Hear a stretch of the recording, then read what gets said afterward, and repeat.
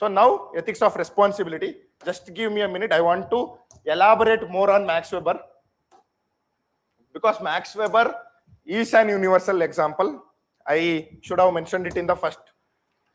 I hope you are able to see this. So the first thing, what does Max Weber say is that there should be division of labor. There should be authority and hierarchy. Authority and hierarchy to ensure that there is consistency in decision making. And then there should be formal selection. This is an example for objectivity and impartiality. See, why do we respect UPSC a lot? Because we know that there is no non-merit based selections that are happening. So that is, if you have pure merit, you will get in the list. And that is one of the biggest reasons of controversy for state PCS exams. That is lack of impartiality and lack of objectivity. So that is why even Weber in 1800s highlighted the importance of formal selection, merit-based selection.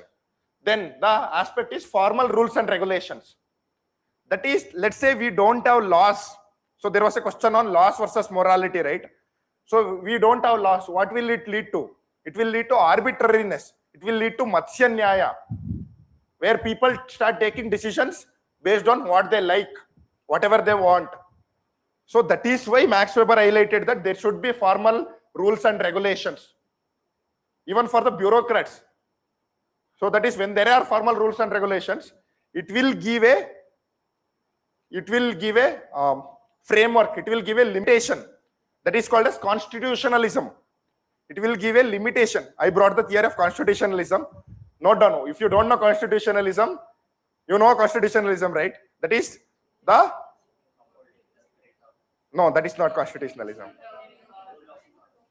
Limited government. Limited government, rule of law. Upholding the spirit of constitution is constitutional morality. So, formal rules and regulations. So, it is like, there is a quote by Kautilya, that is, how can you not allow the bees to taste the nectar?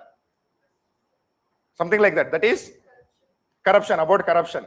That is, if the civil servants are handling power, money on an everyday basis, how do you expect them not to taste it?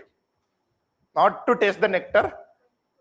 The only method to handle that is having proper formal rules and regulations. So he talks about a concept called as impersonality. Impersonality. What is impersonality? See, like, in the end, everything is about breaking down words. What is personality? You are making decisions based on your thought process. What is impersonality?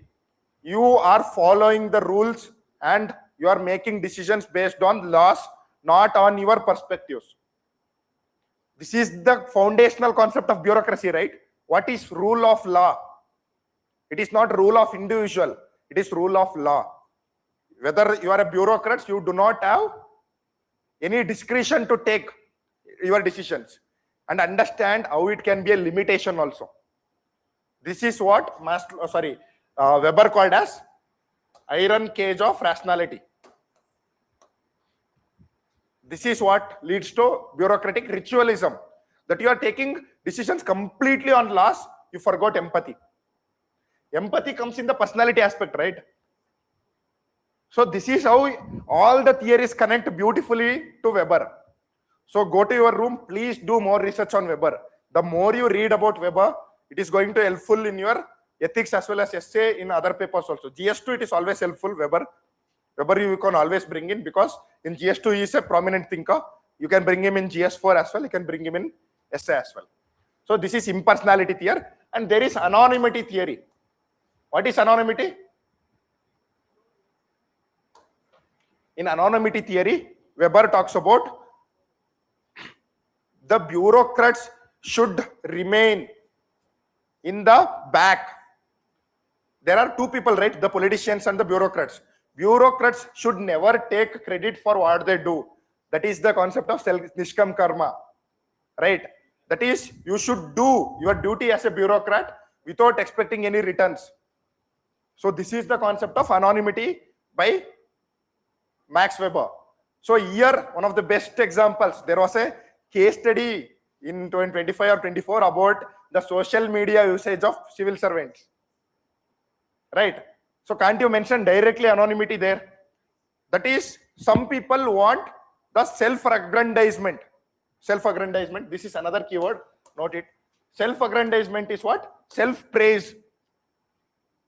They are doing it just for the sake of, what do you call? Power and show off culture. That is like that. They are doing it show off what they have, to show off their power, popularity. They are doing it for the popularity. So like that, self-aggrandizement. Self-aggrandizement. So you should note down keywords like this also, because self-aggrandizement is a very basic ethics keyword. It's not some advanced. It's a very basic ethics keyword. Even Kiran used it, I guess. Like in GS2 or GS4 session, you used that keyword. I was listening to it. So anonymity principle. So whenever we talk about the social media usage of civil servants and all, you can bring him in anonymity, and anonymity you can link it to Nishkam Karma. Then impersonality, here only it is there. Then career orientation, division of labor, fine. There are more theories. The more you go deeper into Weber, the more theories you will unearth. Beautiful theories are there. I am fortunate to be a PubAd student in that regard.